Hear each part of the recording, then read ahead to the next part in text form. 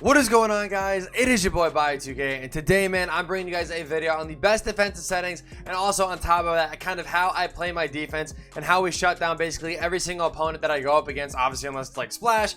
But yeah, obviously you guys know, yeah, we do play really good defense over here. You know what I'm saying? We box people up, and you guys have definitely been asking me to kind of bring you guys like this sort of video, and you guys want to know how I play defense and stuff like that. I asked you guys to get like 200 likes in one day, and you guys can see how far that went. You guys easily killed that like goal and almost got, I think, like 800 on the very first day. So huge thank you guys to that. Yeah, so I'm gonna hopefully walk you guys through this. Hopefully this helps you guys out. If you guys do enjoy, be sure to hit that like button. If you guys want to see the offensive settings version, again, same thing. Try to hit 200 likes on this video first day. And yeah, if you guys are new to the channel, be sure to subscribe. And with that being said, let's hop right into it. If you would like cheap and reliable MT, be sure to head over to NBA2King.com. Use code BIO2K for 5% off your final order.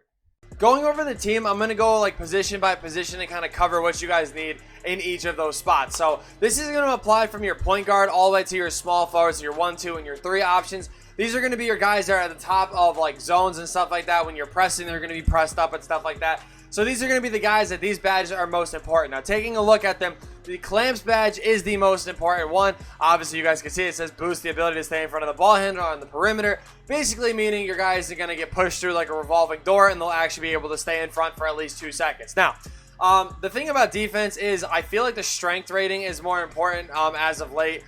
So honestly, a guy like Draymond Green is very nice. I talked about this yesterday. You guys can have the budget option in Isaac Bonga. I don't think the strength rating is nearly as high. I could be wrong. I don't know. But yeah, for your point guard, your shooting guard, and your small forward, clamps is number 1 that you do need. The next badge that you guys are going to be looking at is pick dodger. Pick dodger is very important because a lot of people like to run the hezzy into the screen thing, and you really want to make sure that you guys are able to fight over those screens and be able to, you know, contest shots and, you know, cover like different things and stuff like that.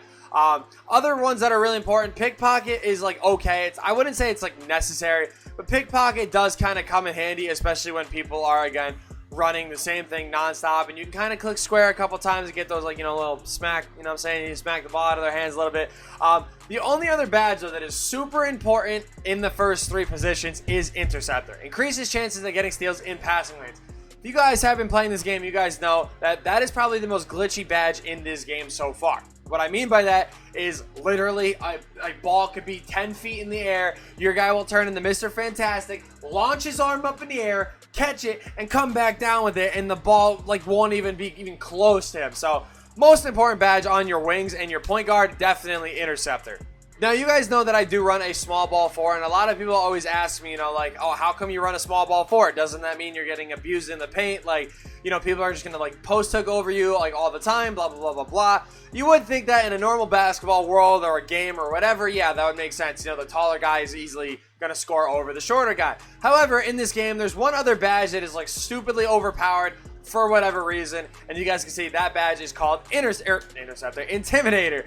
Intimidates offensive players, causing them to miss shots more often. You guys obviously know this is super glitchy, and the same sort of thing where, again, you don't really even need to play defense. As long as you're standing there, you're basically guaranteed like a 20% contest, and as soon as you jump, that turns from like a 20 to an 80. And yeah, it's really stupid, but having a small ball 4 is okay, and that's, again, the way I run my offense. But also, like I said, having that small ball 4 works out because, again, the Intimidator badge will kind of get people to miss a little bit easier. It works the same thing on your center. That's why I have guys like Wilt Chamberlain, Kareem, all those guys. Make sure they have Intimidator. Again, it is the most important badge that you do need for your big men. It's also really helpful to have on your point guard, but I'm not going to say it's a necessity, only because, like, they're not going to be in the paint that much, so you don't really need to worry about it like that bad. Coach I'm going to be using in this video is going to be Nick Nurse. I think that's by far the best option for us. The only other thing I'm going to say is I'm going to be making an updated like best coach video, because a lot of people have been commenting on the one from like 6 months ago, getting mad at me that the prices are different. So I think it's time just to make an updated version of that. So if you guys want to see that, let me know down below. I'll kind of go in depth about the different coaches and stuff like that. So yeah, let's get right into it. Going into the game, obviously you have your defensive settings. Now, last time I covered a lot of different stuff. So instead of doing all that, I'm really just going to show you guys the 3 most important things. So on ball pressure, you want to put this on smother. Off ball pressure, you're going to put this on tight. Then you're going to scroll down to where it says drive help rules. You're going to put this to no help. Those are the most important things. So no matter what you're doing, whether it's press, man, whatever zone, you're going to be making sure that you guys are up on, you know, when somebody passes the ball and they catch it, you're automatically on that defender getting ready to contest that shot. Off ball pressure, you have it on tight, so if people are trying to kick that ball to you, you guys are going to be like getting, you know, those like little interceptor steals and stuff like that. Then the drive help rules, when people just do that drive and kick thing, you're going to be able to kind of, you know, not just have your corner rotate. Now, the only other thing I'm going to show you guys that I didn't do in the last episode is to turn this help defense thing all the way down to 0. I don't do this only because I know how to fix the rotations like in my head perfectly and not really worry about it. It does help though to do this, so if you guys are finding yourself struggling a little bit, I do recommend turning that down to 0. Okay, I don't know what kind of defense that was, but I'm taking that. So right away, you guys are going to see this side menu here. If you hit right up on the D-pad, it's going to pop up this little menu, and you guys are going to see what I'm doing here. I'm going to just tell you guys as I'm kind of going through this what I am doing here. So right away, we are setting that to no threes, crash the glass, play physical, and wall up. Now, what that's going to do is basically wall up means we're going to be protecting the paint at all costs. Right there, you guys can see we stayed right there, and we're able to switch over and get that ourselves. We're going all the way with this with T-Mac. What are these layup animations? Because I got one to start the game off and then I just don't even want to like talk about, but like what is that? Again, we're going to go through here, no threes, wall up, play physical, and crash the glass. Now, all that means is, like I said, you're going to really mainly be protecting the paint because that is #1 priority here. We're going to be in these passing lanes here. I don't know how these matchups ended up happening. It's all good, though, because like I said, this is why I do like using a taller point guard in Draymond. We are able to get these switches here. That's my bad. I rotated really late, and honestly, that was an easy contest right there. I knew he was going to shoot that, so that was an easy bait that I screwed up on, so that one is my bad.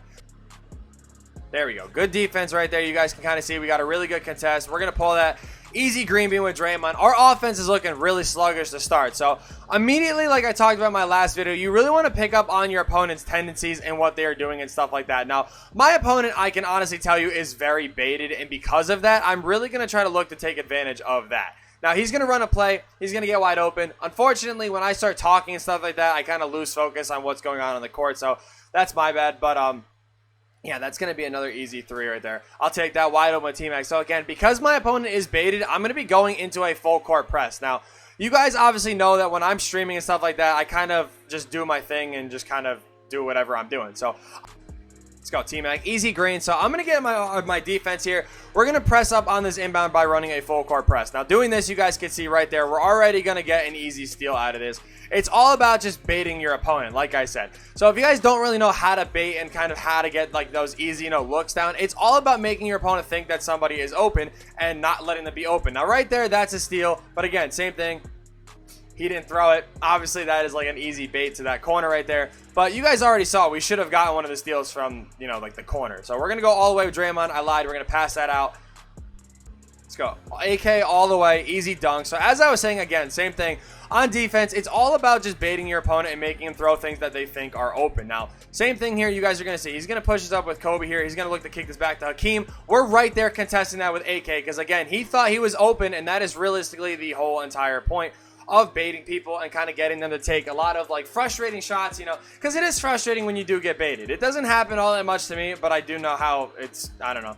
I do know how much I piss people off when I play this game. So that's kind of, you know, where I'm kind of getting that from. So same sort of thing here. That's my bad. I screwed up the icons, but then we dot the hell out of him because he's too busy off-balling in the corner, taking advantage of that.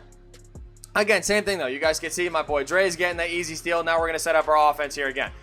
We're going to have some patience here. We're going to set this up. I'm actually going to run this play because we haven't ran it yet, and I think it's going to throw him off a little bit. Never mind. He's just going to leave me wide open in the corner. Okay, never mind. Can't even pass the ball. Incredible.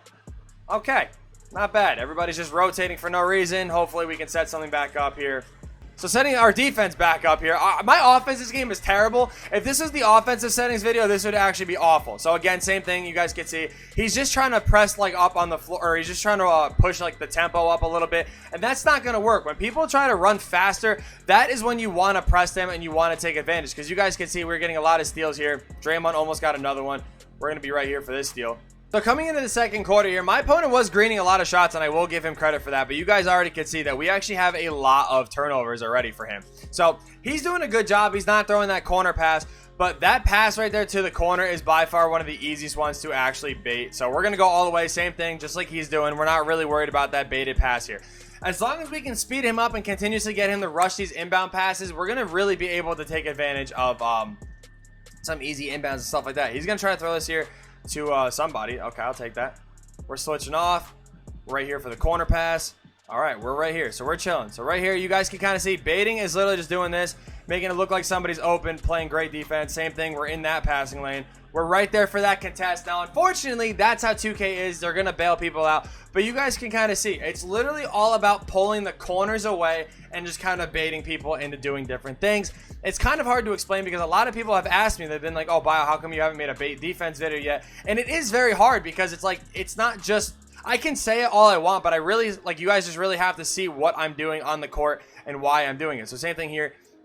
That's another easy steal right there. It is what it is. He's going to go all the way with it. He's going to get that dunk. Normally, we might be able to get a block right there, whatever may happen. But again, it's all about picking up on people's tendencies. That's why I'm not really baiting the corner. He's continuously trying to bait the corner, but too far away to the point where I know that he's going to have to try to cover himself getting back, and I know it's just going to not work out. So again, that's an easy steal. It just didn't let me go for it, which it is what it is. He's just going to keep running that. So honestly, at this point, he's kind of not really breaking the press as much as he's just throwing it at me, and the game's just not going to let me get it. So all I'm going to do is actually get out of this press now. Getting out of the... Can I get out of the press? So getting out of the press, like I said, is just because he's not really... The game's just not letting me get the steals. But right there, we're here for this contest. He's going to get a wide open dunk. I'm not worried about that. We already have a 9-point lead. So again, my defense is more shifting around not giving him these wide open threes and stuff like that. He's trying... I don't even know if he's trying to press me or what he's even doing because it's not really working regardless. We're going to probably get an and one out of there. I was going to say, I don't know what his defense is. He's going to quit. We were forcing a lot of good turnovers and basically getting potential turnovers. You guys hopefully get the point, though. If you guys have any questions, ask me down below. You guys can see, though, again, we were in almost every single passing lane, just kind of whiffing on a lot of them and stuff like that. But, it's pretty simple once you get it down. So that was a little bit all over the place, and I do apologize about that. It's just very hard to talk through what I'm doing as I'm doing it. If you guys do want to see, though, like this all in like live action and stuff like that, be sure to go check out my Twitch. The link is down below. I do stream every day. We're going to be doing a 12-0 stream again tonight, finishing out the 12-0 on my other account. I'm 8-0 already on there. And then we're actually going to be working on this account. So, yeah, I hope you guys did enjoy this video. Like I said, if it helped you out, be sure to hit that like button. And with that being said, I will see you in the next video.